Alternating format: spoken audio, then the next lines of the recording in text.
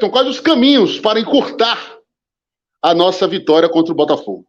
E aí eu separei a principal virtude e a principal fragilidade do Botafogo para a gente entender qual é o principal aspecto que o Bahia precisa ficar de olho, né, para evitar que o adversário consiga fazer gol, e como é que o adversário oferece os gols aos seus oponentes, né? Então eu separei aqui dois aspectos. O primeiro, que a gente vai ver agora, que são as virtudes do adversário. E aí é interessante trazer um aspecto para falar sobre uma característica do jogo do Botafogo. O Botafogo é um time que gosta de ter a bola para jogar, mas em muitos momentos gera desequilíbrio à medida que ele consegue ser vertical, né? À medida que ele consegue recuperar essa bola e sair rápido para o campo de ataque, usando a velocidade dos seus atacantes de beirada principalmente. E aí a gente vai perceber como é que isso funciona e qual aspecto o Bahia precisa ficar de olho para não ser surpreendido. E aí eu vou trazer primeiro essa velocidade dos pontas, né? E aí eu vou dar uma ênfase maior ao Vitor Sá. Vitor Sá é um jogador que nas últimas partidas tem executado muito bem essas situações de 1 para 1 do lado do campo. É um jogador que faz movimento para romper a última linha, tem velocidade, consegue fazer bem esses comportamentos. Então, ele tem levado muita vantagem nos confrontos para fazer a bola chegar até a área. Mas não só o Vitor Sá. A gente sabe que também tem outros jogadores que conseguem fazer esse tipo de comportamento. O Luiz Henrique é um atleta que faz muito isso. E aí, o Botafogo faz muito essa jogadinha aqui, ó, de um extremo atacar as costas da última linha ou conduzir a bola em velocidade para situações de cruzamento. E esse cruzamento, ele é, em sua maioria, para trás, para quem vem chegando de trás. Porque à medida que esse extremo, esse ponta do adversário consegue alcançar essa lateral da área aqui, o comportamento normalmente da linha defensiva do adversário é baixar muito para defender. Então, o que os atacantes do Botafogo fazem? Eles retardam a corrida, temporizam a corrida, para que a linha defensiva do adversário afunde e eles tenham um espaço para cruzamento para trás. Então, a gente vai ver que isso acontece na maioria dos gols do Botafogo nos últimos jogos, e é um aspecto que eu acho que é crucial para o Bahia perceber e evitar esse tipo de situação. E eu vou deixar o lance seguir, porque a gente vai ver que é uma repetição de comportamento, é um padrão de comportamento.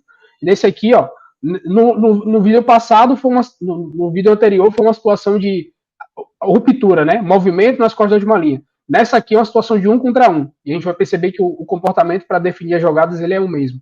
Você vê que o Vitor Sá está numa situação de 1 contra 1, vai conseguir levar vantagem, e olha o comportamento dele em seguida, né? O cruzamento para trás para quem vem chegando para finalizar.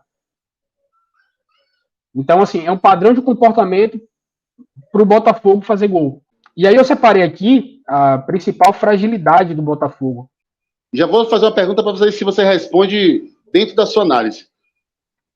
Qual o melhor se encaixa dentro das fragilidades do Botafogo que você vai mostrar? Mingote ou Everaldo? Eu acho que Mingote. E a gente vai ver o porquê aqui agora.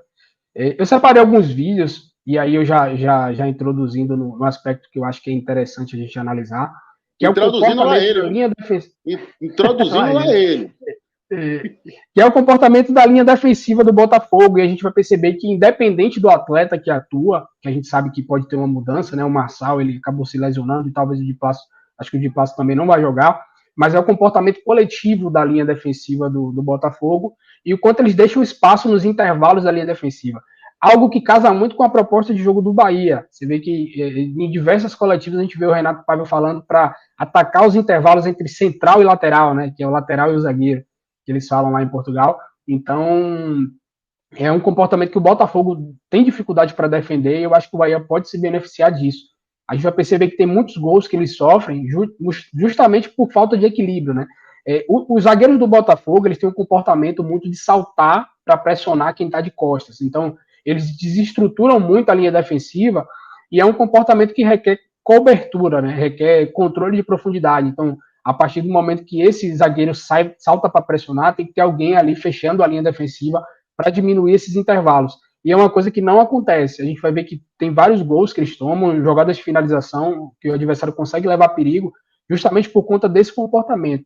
Então, eu acho que, por exemplo, se a gente for olhar jogadores do Bahia que conseguem aproveitar muito esse tipo de situação, é o Tassiano, é o próprio Mingote, que tem essa característica de velocidade, é um jogador, por exemplo, que se sente mais confortável nesse cenário de saltar a pressão ou de sair em velocidade, né? Você vê mais uma vez aqui, ó. Esse aqui é bem claro, esse aqui é bem didático, ó. Você vê que e aí é importante entender também o que é fixar, né? Que o Renato Paiva falou muito no último bastidor, que é justamente ter jogadores próximos da última linha para atrair a atenção do adversário e aí, consequentemente, outros jogadores aproveitarem esse espaço. Você vê que aqui o Vitor Cuesta, ó, ele salta para pressionar, ele sai da linha defensiva, e aí a gente vai perceber que no momento que ele faz isso, os outros defensores não fecham o espaço. E aí gera um intervalo muito grande. Você vê que o adversário vai aproveitar aqui, ó, para fazer o gol.